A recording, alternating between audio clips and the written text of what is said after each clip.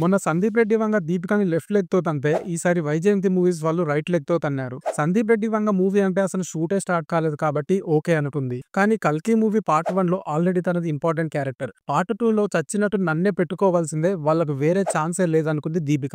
ఎక్కడ లేని డిమాండ్స్ అన్ని చేసింది. అవేంటంటే కల్కి పార్ట్ 1 కి 20 crores ఇచ్చారు, పార్ట్ 2 కి 30 crores ఇవ్వాలందంట.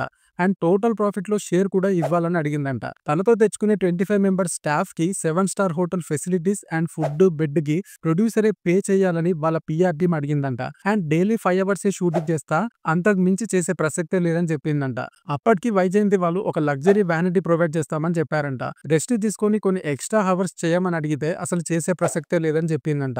ఇవన్నీ ఏ ధైర్యంతో అడిగిందంటే కల్కి పార్ట్ 2 ఇదొక సీక్వెల్ అండ్ తనది చాలా ఇంపార్టెంట్ క్యారెక్టర్ అని ఫీల్ అయింది. కానీ షాకింగ్లీ ప్రొడ్యూసర్స్ బాగా ఆలోచించి ఇవన్నీ కష్టమని చెప్పి ఒక హెవీలీ బేస్డ్ విఎఫ్ఎక్స్ మూవీకి ఇలాంటి టైమింగ్స్ తో పనిచేసే హీరోయిన్ తో పనవ్వదని ఆలోచించి తీసేశారు.